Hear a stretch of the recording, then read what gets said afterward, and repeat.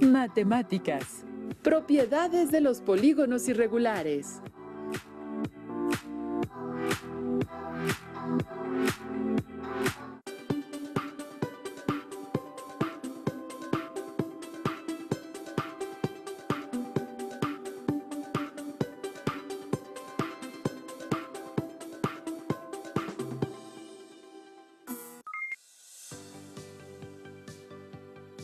Les damos la bienvenida a Aprende en Casa 2. Yo soy Leslie Mendívil y en esta ocasión nos acompaña el maestro Eduardo Mendoza Camacho, a quien me da mucho gusto saludar.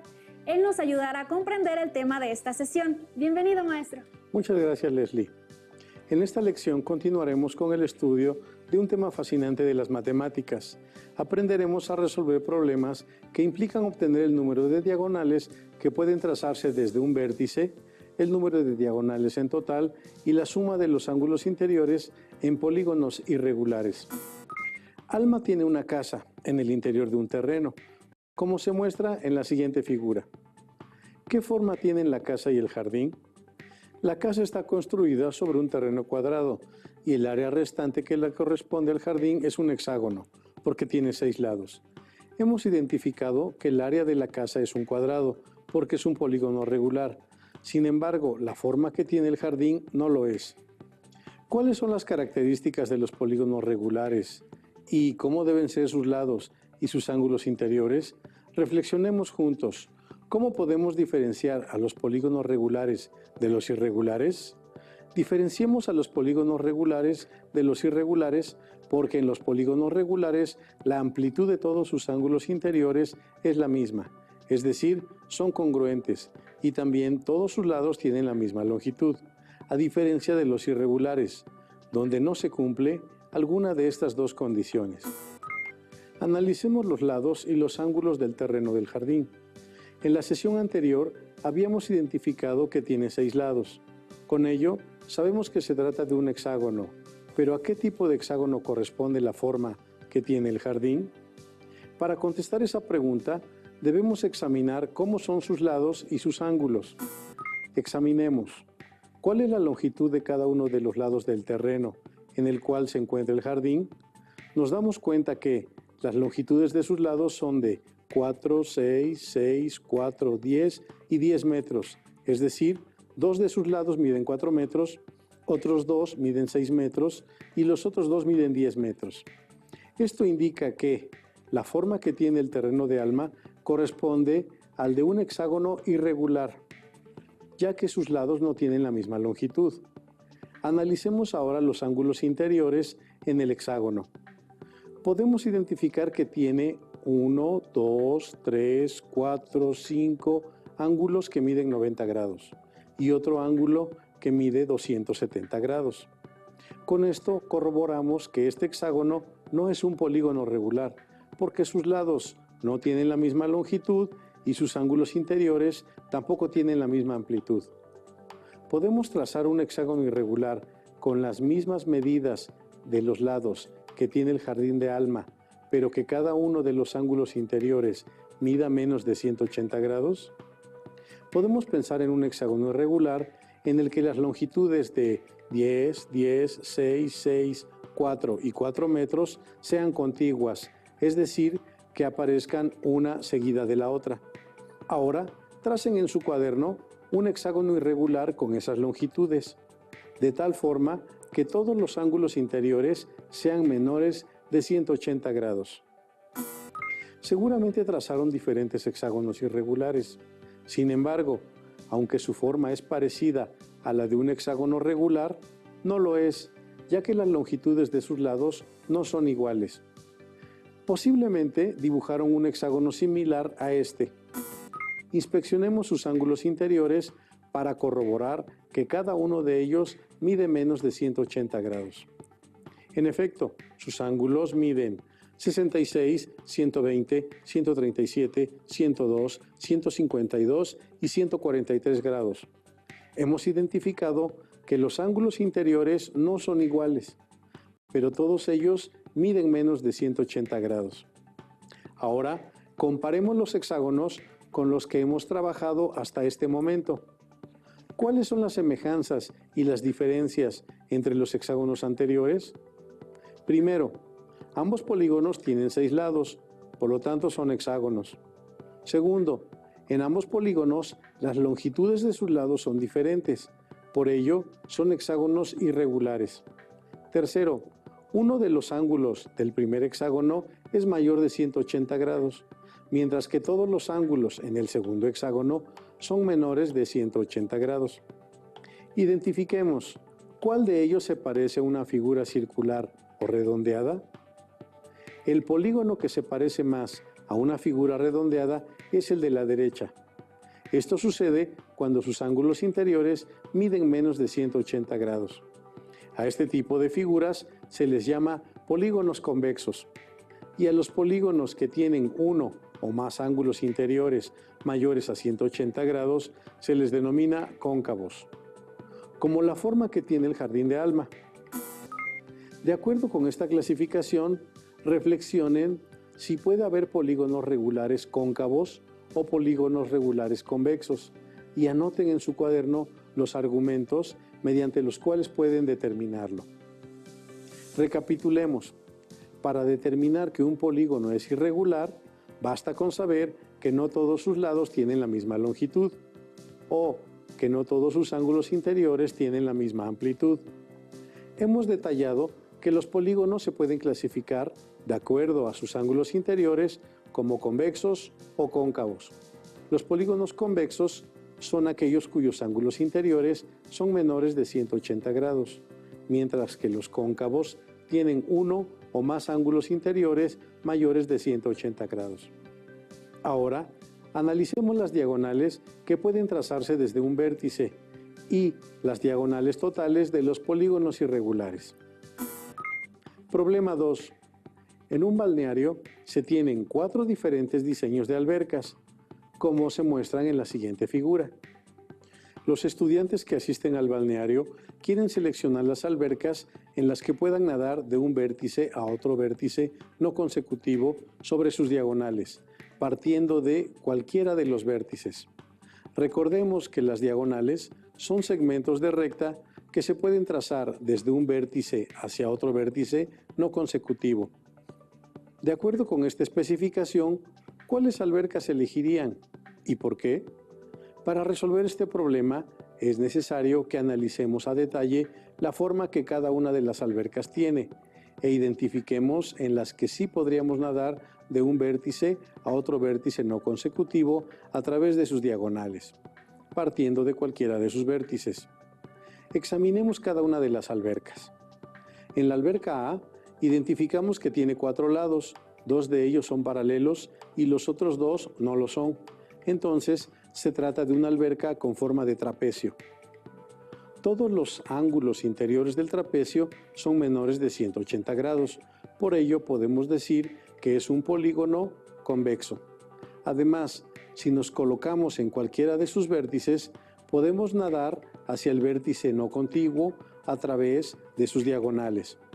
Marquemos la diagonal que se puede trazar desde el vértice E hasta el vértice F. ¿Podemos nadar desde el vértice E hasta F por medio de su diagonal? Por supuesto, reconocemos que sí podemos nadar desde E hasta F por medio de su diagonal. Y si nos colocamos en cualquiera de los vértices, podemos darnos cuenta que sí podemos nadar por medio de sus diagonales. Es momento de analizar la alberca B. Hagámoslo juntos. La alberca B tiene 4 lados, entonces es un cuadrilátero. Además, tiene 2 lados con la misma longitud y los otros 2 lados con otra misma longitud, pero no tiene lados paralelos. Uno de sus ángulos interiores es mayor de 180 grados. Esto quiere decir que la alberca tiene forma de un polígono cóncavo. Marquemos la diagonal que se puede trazar desde el vértice G hasta el vértice H. ¿Podemos nadar por esta, desde G hasta H, por su diagonal? Claro que no. No podemos nadar desde G hasta H. Podemos caminar por fuera de la alberca, pero no podemos nadar. Reflexionemos. ¿Por qué no podemos nadar desde G hasta H? Indudablemente sabemos que no podemos nadar desde G hasta H, porque esta diagonal se encuentra en el exterior de la alberca, es decir, en el exterior del polígono, aunque sí podrían nadar por otra de sus diagonales. Analicemos ahora el diseño de la alberca C. La alberca C tiene 5 lados, entonces su forma es pentagonal. Además, tiene 2 pares de lados de la misma longitud y otro de sus lados tiene mayor longitud. Es por esto que el pentágono es irregular. Se advierte que uno de sus ángulos interiores es mayor de 180 grados, por lo cual podemos decir que es un pentágono irregular cóncavo. Marquemos la diagonal que se puede trazar desde el vértice J hasta el vértice K. ¿Podemos nadar por medio de esa diagonal? No, no podemos nadar por medio de esta diagonal porque ésta se encuentra en el exterior de la alberca. Sin embargo, hay otras 2 diagonales que sí nos permiten nadar siguiendo su trayectoria. Pensemos, ¿a qué se debe que las diagonales se encuentren en el interior o en el exterior de la alberca? Mientras tanto, analicemos el último diseño de las albercas, el diseño D. Esta alberca tiene forma de un pentágono irregular, tiene 2 lados paralelos y todos sus ángulos interiores son menores de 180 grados. Entonces se trata de un pentágono irregular convexo. Ahora, marquemos la diagonal que se puede trazar desde L hasta M. Imaginemos las diagonales que se pueden trazar desde todos los vértices. Nos damos cuenta que todas sus diagonales se encuentran en el interior de la alberca. Por lo tanto, sí podemos nadar a través de sus diagonales. Hemos analizado los 4 diseños de las albercas y nos hemos dado cuenta que en los diseños A y D sí podemos nadar siguiendo la trayectoria de sus diagonales, partiendo desde cualquiera de los vértices, porque todas sus diagonales se encuentran en el interior de ellas.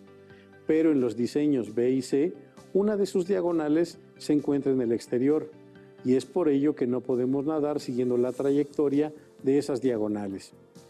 Reflexionemos acerca de esta situación.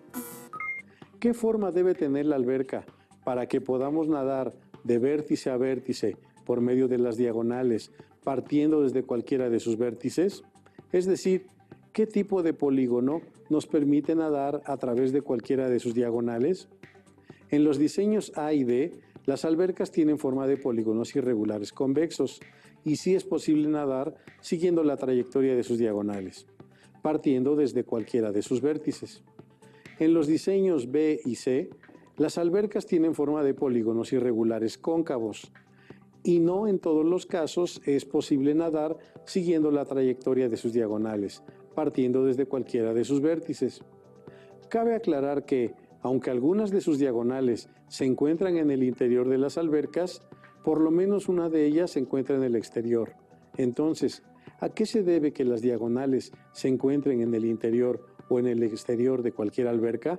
¿Qué tipo de polígonos deben ser?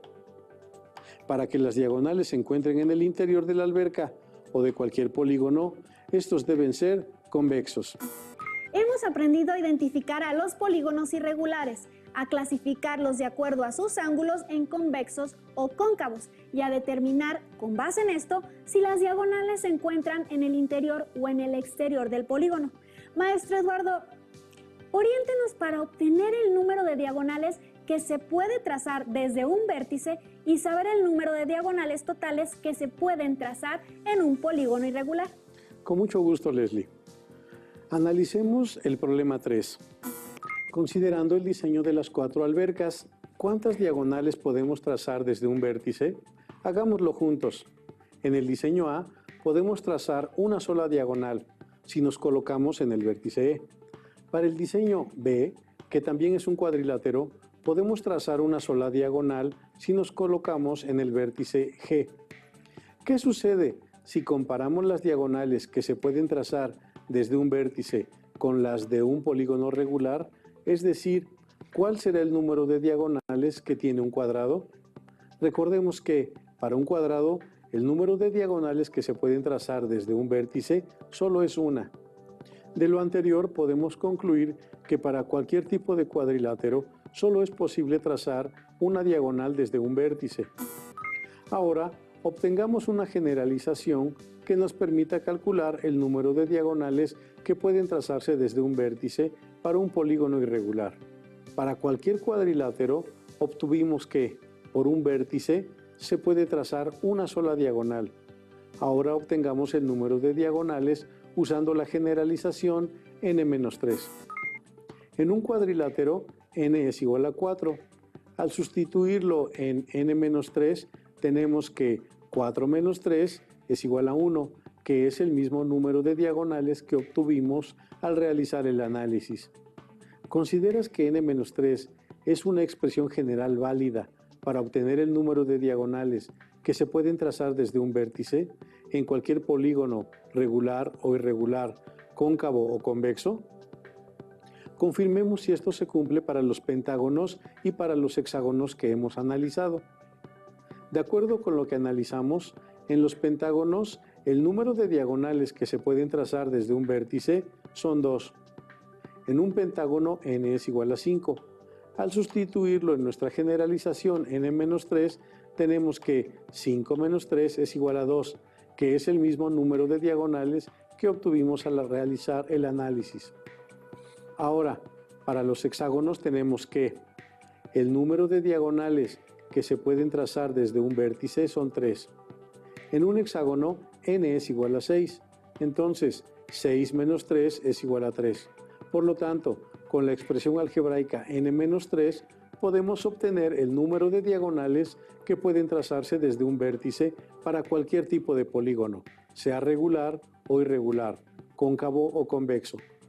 Ahora, ¿han pensado cómo podemos obtener una expresión que nos permita calcular el número de diagonales totales para cualquier polígono regular o irregular, convexo o cóncavo? Analicemos para los polígonos irregulares. ¿Cuántas diagonales podemos trazar en total? Para ello, recurramos a examinar los primeros polígonos. ¿Cuántas diagonales tiene un triángulo? Muy bien, un triángulo no tiene diagonales, ya que si tomamos como referencia al vértice A, los vértices B y C son contiguos, y para que fueran diagonales tendrían que ser vértices no consecutivos. ¿Cuántas diagonales en total tiene un cuadrilátero? En un cuadrilátero convexo podemos trazar dos diagonales, la GE y la FD. Y si el cuadrilátero es cóncavo, ¿el número de diagonales cambia? Observemos que, al mover el vértice F, podemos transformar el cuadrilátero convexo en uno cóncavo. ¿Cambió el número de diagonales? No, no cambia el número de diagonales. Siguen siendo dos diagonales, la GE y la FD. Ahora, establezcamos el número de diagonales totales en un pentágono irregular. ¿Cuántos vértices tiene cualquier pentágono? Exacto, son 5. El H, el I, el J, el K y el L. ¿Cuántas diagonales se pueden trazar por cada vértice? Justamente son 2. Si usamos la expresión n-3 y como n es igual a 5, ya que corresponde al número de lados del polígono, entonces tenemos 5 menos 3 igual a 2. Si tenemos 2 diagonales por cada vértice y tenemos 5 vértices, entonces, ¿cuántas diagonales tendríamos en total? Son 5, pero si multiplicamos el número de vértices 5 por el número de diagonales que se pueden trazar desde un vértice, que son 2, pareciera que son 10 diagonales en total y no 5. ¿Por qué sucede esto? Porque al multiplicar 5 por 2, que es n por n-3, se están considerando 2 veces a cada una de las diagonales. Por ejemplo, la diagonal LJ y la diagonal JL es la misma y la estamos contabilizando 2 veces. Para que esto no suceda, ¿qué debemos hacer? Dividir entre 2, 5 por 2 entre 2, es decir, n por n-3 entre 2. De acuerdo con la expresión anterior, ¿cuántas diagonales totales tiene un hexágono irregular? Un hexágono tiene 6 lados, entonces n es igual a 6. Al sustituirlo en la expresión n por n-3 entre 2, tenemos a 6 que multiplica a 6 menos 3 dividido entre 2. Resolviendo las operaciones tenemos 6 por 3 entre 2, esto es 18 entre 2, es igual a 9. Son 9 todas las diagonales que se pueden trazar en un hexágono irregular. Reflexionemos, ¿qué sucede si transformamos el hexágono convexo en cóncavo? ¿Se modificará el número de diagonales totales? Como pueden observar, el número de diagonales que se pueden trazar en un polígono no se modifica, ya sea este convexo o cóncavo. Concluyamos, para determinar el número de diagonales totales que se pueden trazar en cualquier polígono, podemos usar la expresión n por n-3 entre 2. Hemos aprendido a generalizar por medio de una expresión el número de diagonales que se puede trazar desde un vértice, para cualquier tipo de polígono.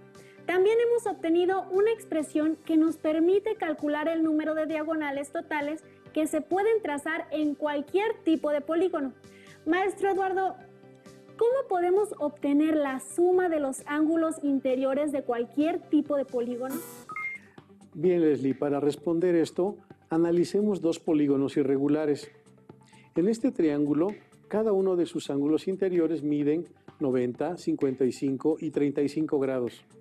¿Cuánto mide la suma de sus ángulos interiores?